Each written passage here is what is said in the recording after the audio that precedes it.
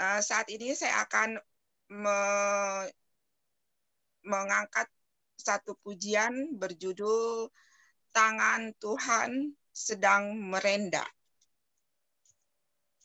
Apa yang kau alami kini mungkin tak dapat engkau mengerti.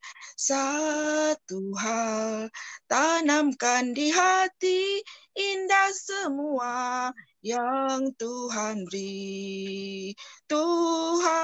Tuhanmu tak akan memberi ular beracun pada yang minta roti. Cobaan yang engkau alami tak melebihi kekuatanmu. Tangan Tuhan sedang merendah suatu karya yang agung mulia. Saatnya kan tiba nanti, kau lihat pelangi kasih-Nya. Tangan Tuhan sedang merendah suatu karya yang agung mulia. Saatnya kan tiba nanti, kau lihat pelangi kasih-Nya.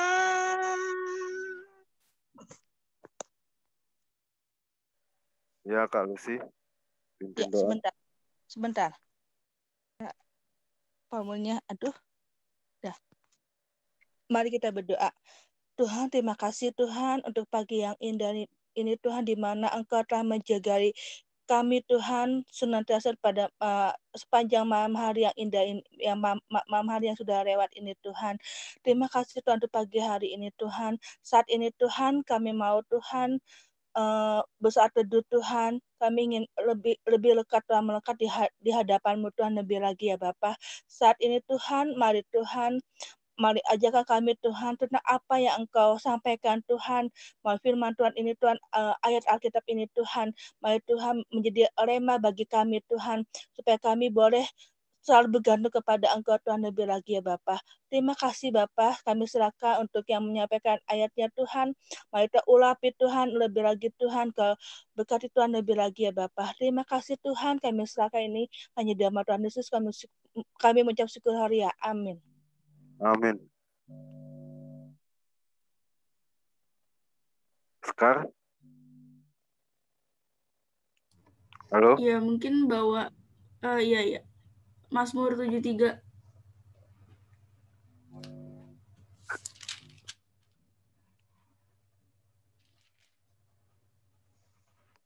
Mazmur 73. Mana nih? Share.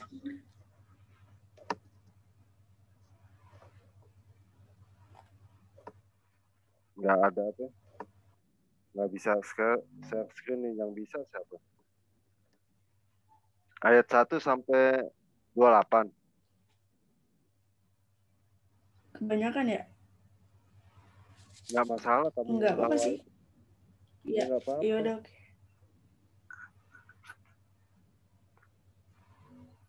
Ini ada siapa aja? Oh, Om Bram. Om Bram bisa baca ya? Ya, saya mulai ya. Mazmur pasal 73, pergumulan dan pengharapan. Mazmur Asaf. Sesungguhnya Allah itu baik bagi mereka yang tulus hatinya, bagi mereka yang bersih hatinya. Tetapi aku sedikit lagi, maka kakiku terpeleset, nyaris aku tergelincir. Sebab maaf Om, Mazmur berapa ya? Kok saya salah ini? 73 Ibu. Oh, 73 dikata 71. Makasih. Iya. Lanjut ya. Sebab aku cemburu kepada pembual-pembual kalau aku melihat kemujuran orang-orang fasik, sebab kesakitan tidak ada pada mereka, sehat dan gemuk tubuh mereka. Mereka tidak mengalami kesusahan manusia dan mereka tidak kena tulah seperti orang lain. Sebab itu mereka berkalungkan kecongkakan dan berpakaian kekerasan. Karena kegemukan kesalahan mereka menyolok. Hati mereka meluap-luap dengan sangkaan. Mereka menyindir dan mengatai dengan jahatnya. Hal pemerasan dibicarakan mereka dengan tinggi hati. Mereka membuka mulut melawan langit dan lidah mereka membual di bumi. Sebab itu orang-orang berbalik kepada mereka, mendapatkan mereka seperti air yang berlimpah-limpah. Dan mereka berkata, bagaimana Allah tahu hal itu? Adakah pengetahuan pada yang maha tinggi?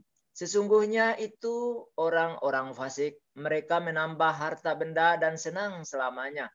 Sia-sia sama sekali aku mempertahankan hati yang bersih dan membasuh tanganku tanda tak bersalah. Namun sepanjang hari aku kena tulah dan kena hukum setiap pagi. Seandainya aku berkata, aku mau berkata-kata seperti itu, maka sesungguhnya aku telah berkhianat kepada angkatan anak-anakmu.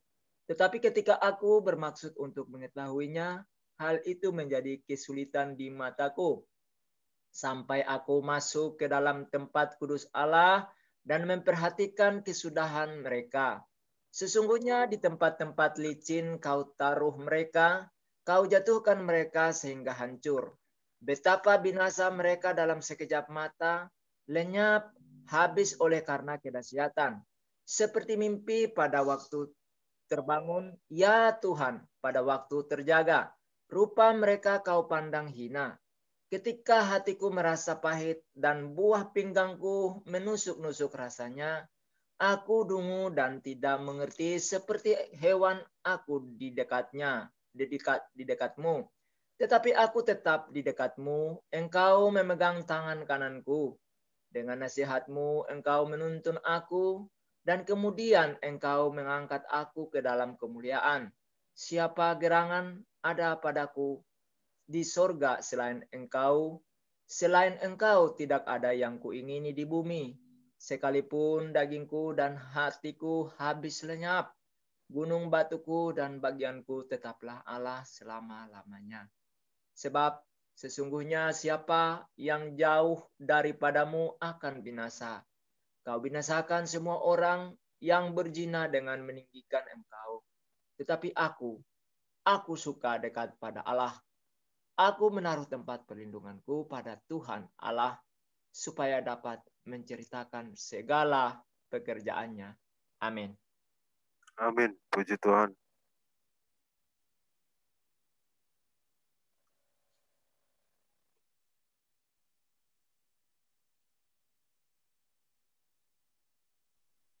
Halo. Halo. Nah ya, oke, kita renungin dulu ayat ini. Berapa menit, Bang? Lupa. Tiga menit. Oke, 3 menit.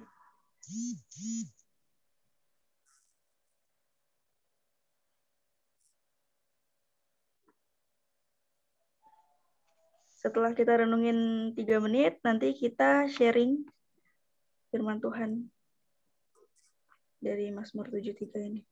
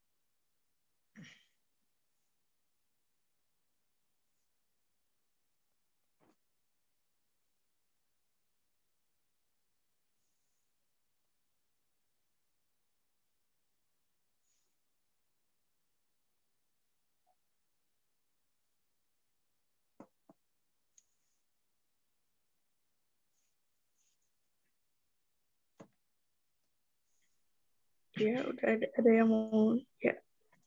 Om Bram, Iya. saya bantu mulai.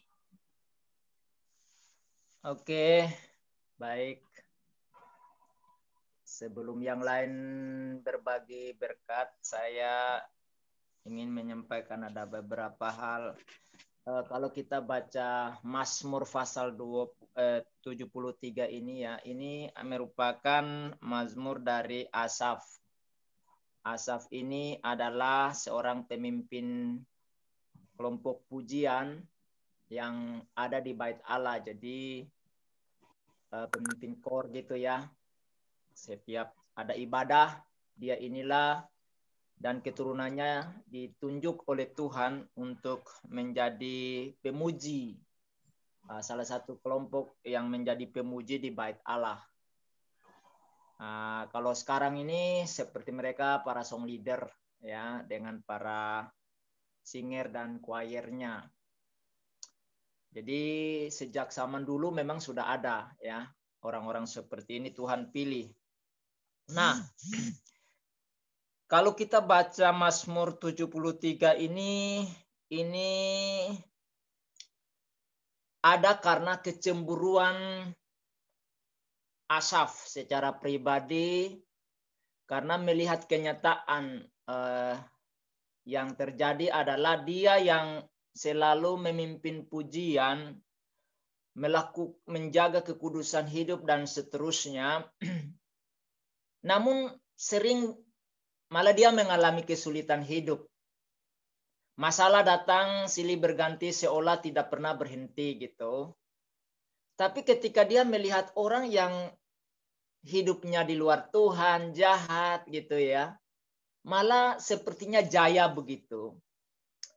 Sehingga dia begitu cemburu. Kok dia bergumul, kenapa saya yang berusaha untuk hidup suci, tetapi kok kayaknya masalah datang, apa ada yang salah pada diri saya gitu. Nah, itu menyebabkan Asaf hampir tergelincir dan mengikuti arus. Tetapi dia sadar bahwa orang yang mengikuti Tuhan itu memang selalu dihadapkan kepada ujian demi ujian untuk membuat iman mereka kokoh. Sehingga dia menyadari itu dan dia datang sama Tuhan dan mengungkapkan Mazmur ini kepada Tuhan. Ya. Itu disimpulkan pada ayat ke-28 dan dia mau menceritakan itu kepada generasi selanjutnya bahwa hidup ini seolah tidak adil, tetapi ingat keadilan Tuhan selalu ada. Nah, kita lihat ayat yang pertama di dalam pembacaan kita ini dikatakan di situ. Kita kembali ayat pertama ya. Sungguh Allah itu baik bagi mereka yang tulus hatinya, bagi mereka yang bersih hatinya. Jadi Asaf ini memulai menatap Tuhan, apapun yang dia alami seolah tidak ada keadilan ini, dia memulai perkataannya dengan berkata, Allah itu baik bagi mereka yang tulus hati dan bersih hati. Jadi ada dua kategori yang ingin Asaf sampaikan kepada kita, bahwa ketulusan hati dan kesucian hati itu sangat penting di hadapan Tuhan, dan Tuhan selalu memperhitungkan dua hal ini dalam hidup manusia. Jadi Tuhan akan berbuat baik bagi mereka yang tulus dan bersih hati. Ya, jadi apapun yang kita lakukan dalam mengikut Tuhan, yang pertama Tuhan ingin ketulusan hati. Ya, itulah sebabnya Tuhan Yesus tidak pernah memaksa orang untuk mengikuti Dia. Dia hanya mengundang, marilah kepadaku hai kamu yang letih lesu dan berbeban berat, aku akan memberikan kelegaan kepadamu. Jadi dia tidak memaksa tetapi mengundang. Memberikan penghormatan, penghargaan bagi setiap orang dengan sebuah undangan. Nah, sekarang kalau kita menganggap bahwa undangan itu merupakan sebuah penghargaan dan penghormatan pada diri kita, maka kita pun akan merespon itu dengan datang secara tulus tanpa perlu ada unsur paksaan. Karena dengan ketulusan hati kita datang kepada Tuhan itu dengan beban yang ringan. Dan yang kedua dikatakan bersih hati.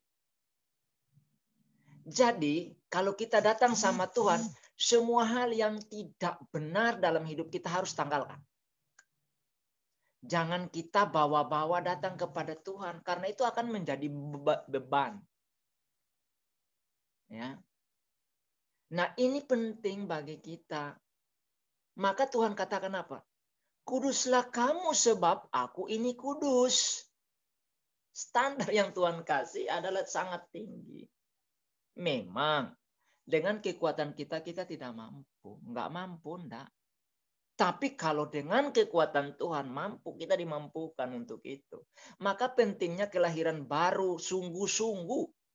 Sungguh-sungguh dengan tulus hidup. hidup baru itu jangan karena ajakan orang, jangan karena paksaan orang, atau oh saya mau ikut Tuhan supaya saya diberkati, oh saya ikut Tuhan supaya saya tidak punya masalah. Wah,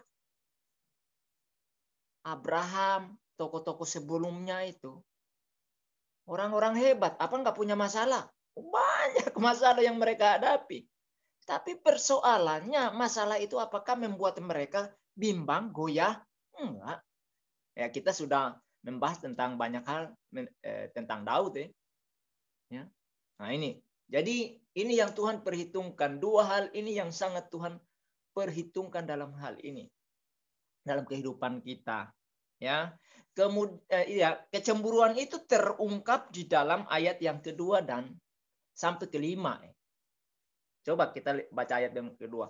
Tetapi aku sedikit lagi maka kakiku terpeleset. Nyaris aku tergelincir. Jadi hampir-hampir Asaf ini jatuh. Ya. Aku cemburu kepada apa? Pembual-pembual. Kalau aku melihat kemujuran orang fasik, sebab kesakitan tidak ada pada mereka. Sehat dan gemuk. Ya diberkati kan? Diberkati Tuhan. Seolah-olah diberkati Tuhan. Mereka tidak mengalami kesusahan manusia. Dan mereka tidak kena tulah seperti orang lain. Ya. Makanya membuat mereka congkak, sombong. Pakaian mereka apa? Kekerasan. Suka menyakiti orang. Baik itu perbuatan mereka maupun perkataan mereka. Waduh, menyakitkan sekali. Dan ini yang menjadi kecemburuan daripada Asaf. Hal ini juga kita alami, saudara-saudaraku. Ya, kadang kita lihat kok kita ini sudah ibadah sama Tuhan, saat teduh pagi-pagi kita sudah bangun, datang, duduk, nongkrong, gitu kan. Orang lain lagi ngorok, gitu. Mimpinya kemana-mana, kita sudah bangun di sini. Seolah-olah nggak ada kerjaan, gitu. Cemburu, mereka bangunnya kesiangan, tapi kok diberkati. Kadang kan timbul kecemburuan, kan. Pernah enggak terbersih dalam diri kita? Kok mereka enggak cari Tuhan? Biasa-biasa aja kali kita. Kan? Hidup ini enggak bisa biasa-biasa. Enggak boleh biasa-biasa. Saya enggak mau hidup ini biasa-biasa.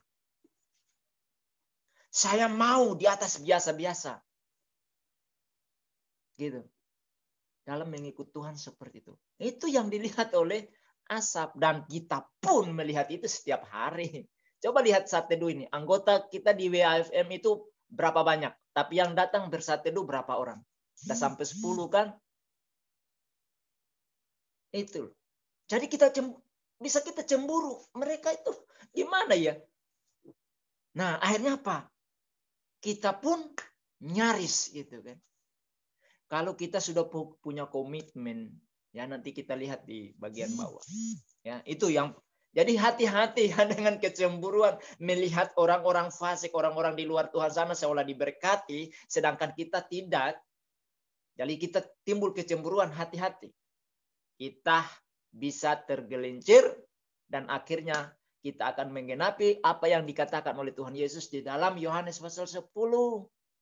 Pencuri datang untuk mencuri, membunuh, dan membinasakan. Hati-hati, dia curi dulu.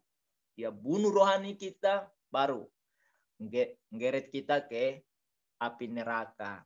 Selanjutnya kita lihat di dalam ayat yang ke-13 sampai 15 itu ya. Itu tentang segala sesuatu itu seolah sia-sia. Jadi bersaat teduh pagi ini juga kayaknya kok sia-sia ya. Toh habis saat teduh juga saya punya masalah tetap ada gitu kan. Doa saya kok belum dijawab. Ya saya masih begini-beginian gitu kan. Seolah sia-sia. Sepertinya tidak ada gunanya, tidak ada pengaruhnya, tidak ada dampak sama sekali.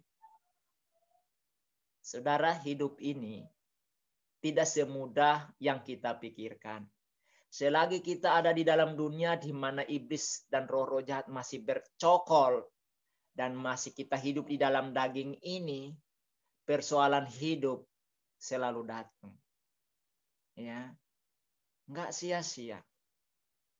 Hal ini juga diungkapkan oleh Salomo. Ya. Segala sesuatu tuh sia-sia. Nggak ada yang sia-sia kalau ngikut Tuhan. Nggak ada yang sia-sia. Ya. Kemudian ayat 21 sampai dengan ayat yang ke-22 itu luar biasa ya. Kita baca ya. Ayat 21 dan 22. Apa yang dikatakan oleh Asaf. Ketika hatiku merasa pahit dan buah pinggangku menusuk-nusuk rasanya, aku dungu dan tidak mengerti. Seperti hewan aku di dekatmu. Perhatikan saudara, mungkin kita baca ayat ini seolah-olah kok apa ya? Kurang bagus lah ya. Tapi perhatikan di sini. Ternyata Asaf ini juga pernah mengalami kepahitan. Dia ada kebencian kepada orang-orang fasik, orang-orang yang tidak takut Tuhan itu. Seringkan kita begitu kan? Kita lihat orang gak percaya, orang jahat. Kita benci sekali kan? Benci aku, kesel aku, iya kan? Nah, dan itu menyiksa kita tanpa kita sadari, itu nyiksa kita. Makanya saya bilang, kenapa sih kita begitu sakit hati sama orang yang belum percaya sama Tuhan? Kok kita menyiksa diri sendiri? Mereka nggak pernah merasakan dan memikirkan kita gitu loh. Masa bodoh mereka, kenapa kita jadi beban sehingga menyiksa kita gitu loh. Seperti kita mengidap penyakit kronis gitu kan. Sehingga kita makan tidak enak, tidur tidak nyaman. Ya. Lalu dia bilang apa? Dia menempatkan dirinya dungu seperti binatang gitu loh. Artinya apa? Kita memang kadang harus menempatkan diri di bawah level binatang supaya kita sadar bahwa kita butuh Tuhan gitu. Kenapa? Tuhan Yesus katakan begini loh. Perhatikanlah burung-burung di udara. Mereka tidak pernah menabur dan menuai. Tetapi Bapamu di sorga selalu memberi mereka makan. Sehingga tidak pernah burung itu jatuh mati karena lapar. Coba perhatikan di situ narasi yang Yesus pakai. Dia pakai binatang sebagai perbandingan gitu loh. Lalu di bagian berikutnya Yesus katakan, kalau burung saja Tuhan pelihara, bunga yang di padang yang tidak dipelihara saja bisa punya kembang yang indah, lebih indah dari kemegahan Salomo. Masa kamu yang menamakan diri anak Tuhan, Bapakmu di surga, masa kamu tidak diperhatikan? Ya. Nah, di sini Asaf mengatakan bahwa aku dungu, aku sangat tolol, bodoh, gitu loh. Otak saya nggak ada, gitu. Seperti binatang aja masih berpikir gitu loh. Kalau dia lapar dia teriak. Kalau babi, teman-teman pernah pelihara babi, kalau jam makannya belum, itu rame-rame teriak, bising. Setelah dikasih makan langsung diem, gitu. Itu hewan. Dia tahu kapan dia lapar dan kapan dia kenyang. Nah, kita kadang-kadang dikasih akal. Kata Tuhan, kita diciptakan serupa segambar dengan Allah. Tapi kita malah berpikirnya lebih rendah daripada hewan itu. Diberkati, tidak tahu bersyukur. Ketika tidak diberkati, ngomel, nyalahkan sana-sini, bahkan nyalahkan Tuhan. Nah, ini yang perlu kita koreksi diri seperti Asaf.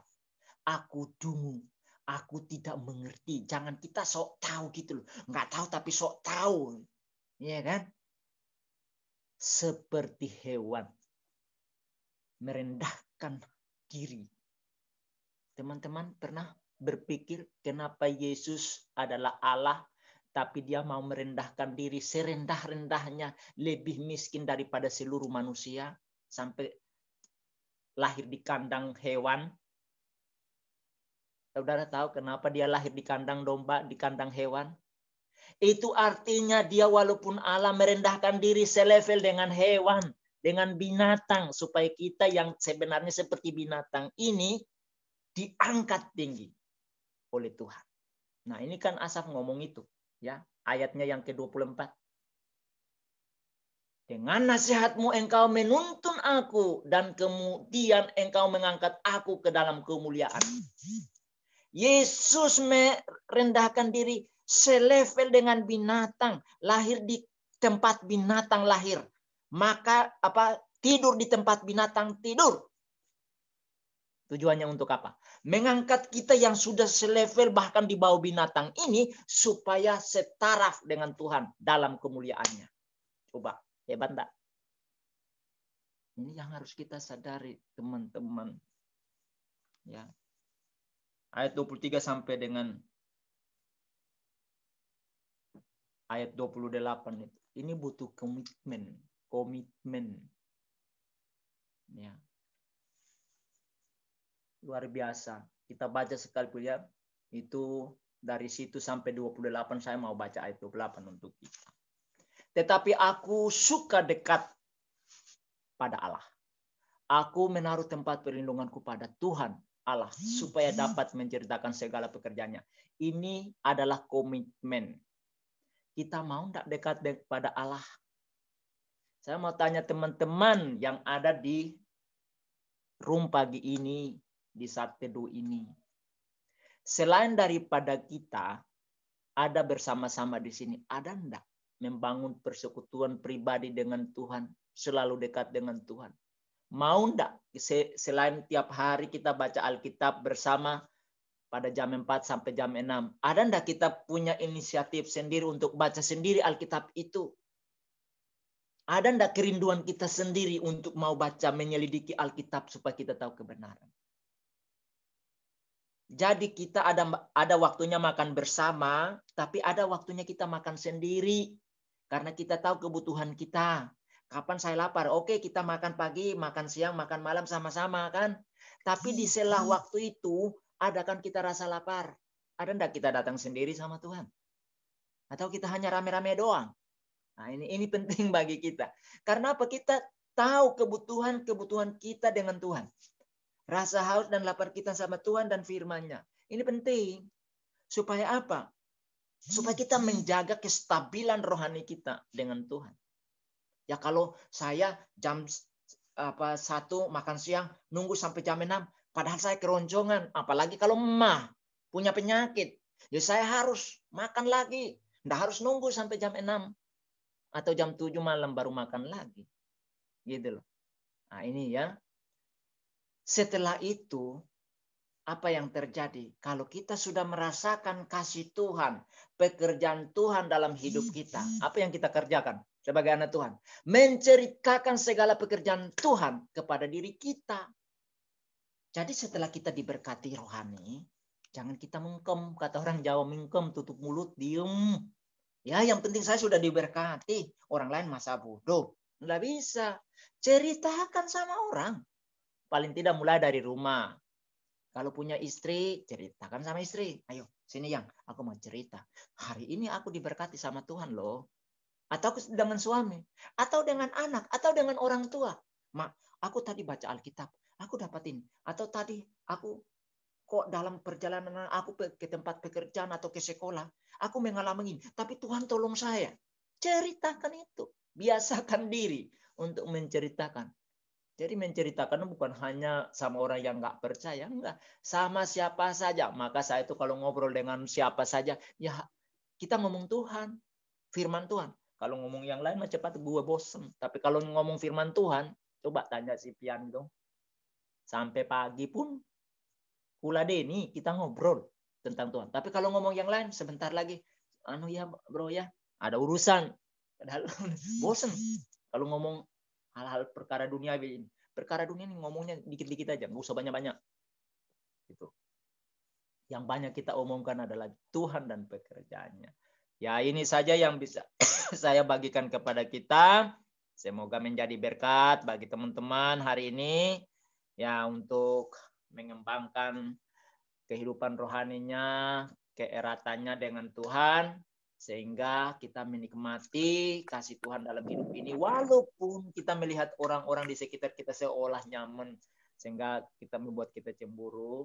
Ya, mari kita praktekkan dalam hidup kita. Tuhan Yesus memberkati. Shalom. Saya kembalikan kepada Sekar, anak manis. Ya, terima kasih. Oke. Terima kasih, Om. Ya, ada lagi? Saya mau membagikan tema. Iya, silakan Bu Anita. Ayat 25. Ini kemarin betul-betul saya mengalami sendiri dan saya merasakan kekuatan daripada ayat ini. Sebelum ayat ini datang, saya itu terkena roh jahat. Tiba-tiba terkena roh jahat begitu. Jadi ceritanya anak saya Ruth yang sudah dinyatakan oleh hakim ada di bawah pengasuhan saya, dia menolak. Bahkan dia ingin bunuh diri dan menyakiti saya gitu. Menyakiti saya artinya boleh nggak aku masuk penjara? Aku mau gigit tangan mama gitu. Itu yang dikatakan oleh mantan suami saya. Saya nggak tahu benar apa tidak. Tapi perkataan itu membuat saya jatuh sejatuh-jatuhnya. Lalu saya kemarin kan saya disuruh bernyanyi, tidak mau. Itu saya sedang ada roh jahat di situ. Artinya roh saya yang lain menarik-narik saya untuk kembali menjadi Muslim, menjadi Islam. Karena roh itu berkata bahwa kamu tidak ada yang bisa membimbing kamu dalam iman kamu sekarang begitu. Kamu kembali saja, kembali ke keluarga besarmu. Ngapain kamu hidup sendiri seperti itu? Tapi yang ajaibnya, saya itu kan waktu makan malam. Saya selalu kalau mau tidur itu membaca Alkitab dan membaca Sabda Bina Umat. Saya berdoa pada Tuhan Yesus tolong saya. Saya cinta Tuhan, tetapi ada roh saya yang lain menarik-narik saya terus. Gitu. Dan itu saya sampaikan kepada semua yang dekat dengan saya. Nah, ada satu yang menanggapi saya, sudah dibilang, kenapa Anita? Iya Bapak, saya tidak kuat, saya lemah gitu. Saya ingin kembali menjadi Muslim. Lalu Bapak itu berkata, Anita terserah Anita mau pilih yang mana terserah. Cuman satu yang saya ingin sampaikan ke Anita, yaitu ayat 25.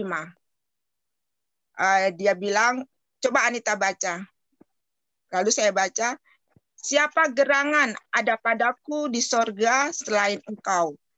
Selain engkau tidak ada yang kuingini di bumi. Nah, kata-kata selain engkau tidak ada yang kuingini di bumi. Ini membuat saya tersadar. Lalu juga tadi ada dua ding yang kemarin menyadarkan saya. Tadi kan saya menyanyikan lagu Tangan Tuhan sedang merendah. Nah, itu yang diberikan ke saya. Saya langsung sadar bahwa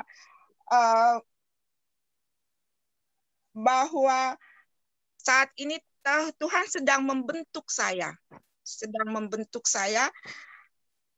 dan akhirnya saya kembali teguh untuk menjalani kehidupan bersama Tuhan Yesus. Kemarin saya ke dokter gigi, ajaib sekali.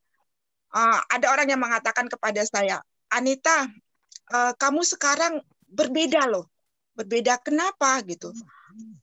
aura kamu itu pertahankan. Sebelumnya waktu kamu suka kesini berobat, aura kamu tuh abu-abu, bahkan ungu tua. Sekarang aura kamu bagus, cara kamu bicara juga bagus, gitu. Pertahankan ini. Ada apa dengan kamu, Anita? Ya, saya sekarang rajin ikut saat teduh, dan sekarang saya rajin untuk membaca Sabda Bina Umat dan membaca Alkitab Perjanjian Baru. Itu saya terus maju. Dan saya juga bahagia dalam grup Murtadin ini. Saya selalu, terutama Mbak Lia ya, dia selalu rindu saya menyampaikan pujian kepada Tuhan. Lalu saya bilang, Mbak Lia, suara saya kan jelek gitu. Iya, saya tidak melihat jeleknya, tetapi Anita itu kalau bernyanyi, katanya, saya merasa kehadiran Tuhan Yesus ada di situ. Puji Tuhan. Nah, itu yang saya bilang kepada orang di rumah sakit dokter gigi itu, saya bilang, itu yang membuat saya menjadi bersemangat, karena saya merasa hidup saya berarti. Ada orang yang selalu menanti-nantikan saya, begitu. Jadi itulah kesaksian saya bahwa ini hal benar-benar saya alami kemarin. Semoga rema saya pada hari ini bermanfaat untuk teman-teman Murtadin yang ada di grup ini. Terima kasih. Puji Tuhan. Terima kasih Bu Anita. Ya, saya ini ya nambah ya dari apa yang disampaikan oleh Bu Ani ya. Ya. Bu Anita, kita perlu belajar kebenaran firman Allah ya. Tadi kan Ibu bilang roh jahatnya, Ibu punya roh jahat lain. Ya. Ya. Kalau kita sudah lahir baru, kita nggak punya roh jahat, yang kita punya roh Tuhan. Ini yang harus kita pahami ya. Kalau kita sudah di dalam Tuhan, kalau kita itu hanya digoda dengan apa? Diserang dengan apa? Panah api. Panah api si jahat. Di dalam kitab Efesus, ya, di dalam Efesus pasal 6 ayat 16. Dikatakan di situ, dalam segala hal pergunakanlah perisai iman, sebab dengan perisai itu kamu akan dapat memadamkan semua panah api dari si jahat. Jadi kita nggak punya roh jahat. Yang ada kita punya roh Tuhan. Oleh karena itu, Rasul Paulus katakan, dalam segala hal, pergunakanlah perisai. Perisai itu pelindung. Orang dalam peperangan itu pakai perisai untuk melindungi kalau tombak, panah, atau lembing, atau batu, atau pedang, itu dipakai untuk menangkis. Kita kalau di dalam bela diri kan tahu ya, bagaimana menangkis kan. Nah, itu untuk menangkis semua senjata amunisi daripada roh jahat. Jadi ketika pikiran kita diserang, perisai iman. Iman ini apa sih? Iman itu percaya kepada Yesus Kristus. Itu dasarnya dan firman-Nya. Dua itu merupakan perisai ganda yang harus kita pakai. Nah, oleh karena itu, jangan Ibu ungkapkan, aku punya roh jahat. Iblis itu licik, maka dia pakai, oh ini dia punya roh jahat. Dia menggunakan itu, dia berpijak ke situ. Jadi Ibu latih diri untuk mengatakan bukan roh jahat, tapi digoda, istilah lain itu digoda. Jadi dia kasih ini. Itu namanya intimidasi. Itu intimidasi. Nah, teman-teman di sini pun pasti diintimidasi. Wah, kamu ikut Tuhan, teman-temanmu tuh ngomongnya kayak gitu. Sama kan? Sama kan? Nah, itu intimidasi namanya. Untuk membuat kita ragu. Akhirnya apa? Sama doang. Balik aja lah. Biar di sana lebih bebas kan. Ada yang mengatakan gitu kan. Kalau di agama kita lama kan, kalau kita sakit kan tabok balik gitu kan. Padahal Yesus katakan apa? Kalau pipi kiri dihantam, kasih lagi pipi kanan. Tapi jangan mau dilakukan itu. Nanti orang ditampar pipi kirinya siap pian. Pian langsung bilang, Mas, sebelahnya belum. Oh, dikasih lagi satu, ditambah dengan kaki satu kan. Jangan mau. Kayak gitu. Itu maksudnya sabar, jangan balas maksudnya. Nah, itu ya Bu ya. Jadi latih diri, latih mulut untuk tidak mengungkapkan ungkapan-ungkapan di mana iblis bisa pakai untuk justru merusak. Tadi istilah roh jahat itu sebenarnya munculnya ketika Pak Bram tadi menguraikan itu. Sebenarnya tadinya tidak ada istilah roh jahat. Saya cuman istilahnya kepada orang mengatakan bahwa saya jatuh dalam iman saya gitu. Jadi artinya kenapa ini iman saya lemah begitu. Itu yang saya sampaikan. Bukan roh jahat. Kata roh jahat itu gara Pak Bram tadi mengatakan roh jahat bahwa bukan gara-gara saya, tapi maksud saya begini. Kita kan di sini kan kita kan mau belajar nih. Kita kan semua belajar ya, termasuk saya pun belajar. Jadi kata-kata yang bisa dimanfaatkan oleh iblis jangan kita ungkapkan itu. Saya ini kan seorang apologete. Jadi kalau musuh itu kasih kata-kata itu yang saya pakai untuk hancurkan dia. Nah, maksudnya iblis itu musuh kita. Jadi apa yang kita omongkan, apa yang kita lakukan itu dia manfaatkan untuk menghancurkan kita. Nah, itu makanya kita melatih diri untuk tidak mengungkapkan hal-hal atau melakukan hal-hal yang justru dipakai oleh roh jahat untuk merusak diri kita. Itu maksud saya, Bu. Jadi makanya kita kan, Rasul Paulus katakan, latihlah dirimu. Artinya apa?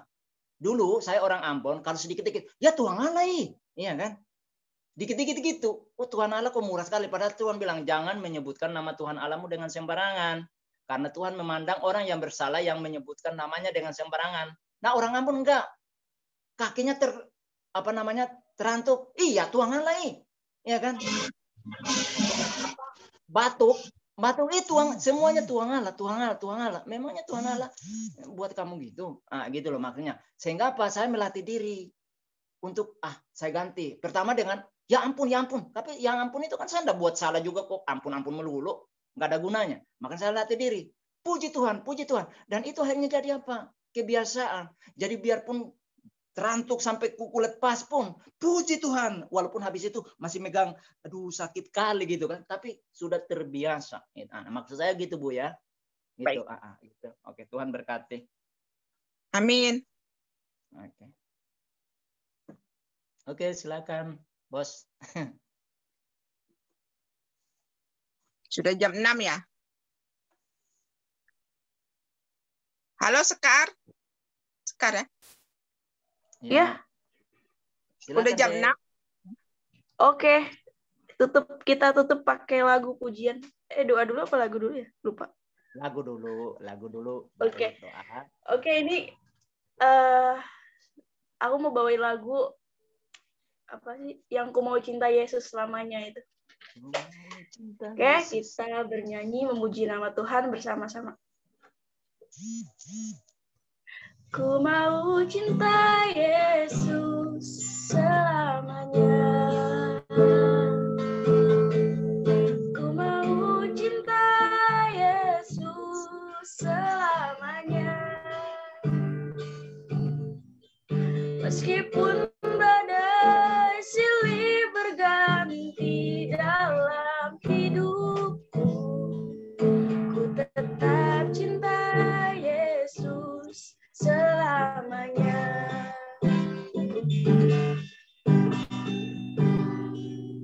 Ya Aba, Bapa, ini aku anakmu, layakkanlah seluruh hidupku. Ya Aba, Bapa, ini aku anakmu, pakailah sesuai dengan rencanamu. Ku mau cinta Yesus selamanya.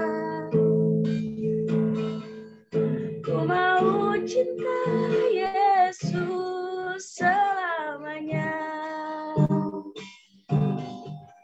Meskipun badai silih berganti dalam hidupku,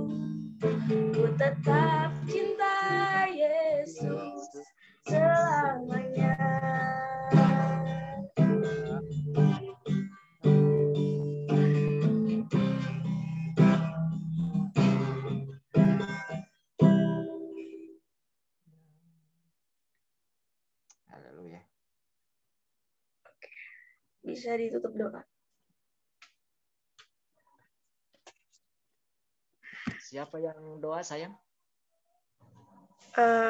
Oke, aku deh.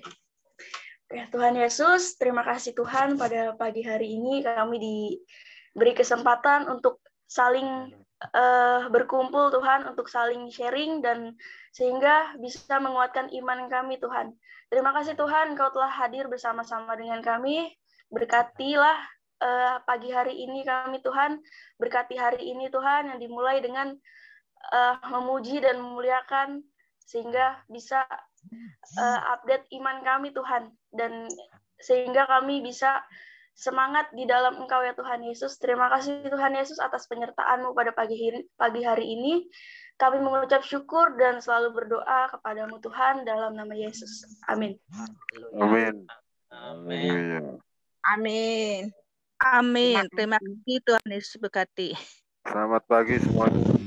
Ya, selamat pagi juga semuanya. Sampai jumpa lagi besok pagi. Ya. Iya, Bu. Selamat Terima sarapan. kasih. Terima kasih Ustaz. Terima kasih semua. Rekornya di Rekamannya dimatiin dulu. Emang ya rekam aku? Oh iya.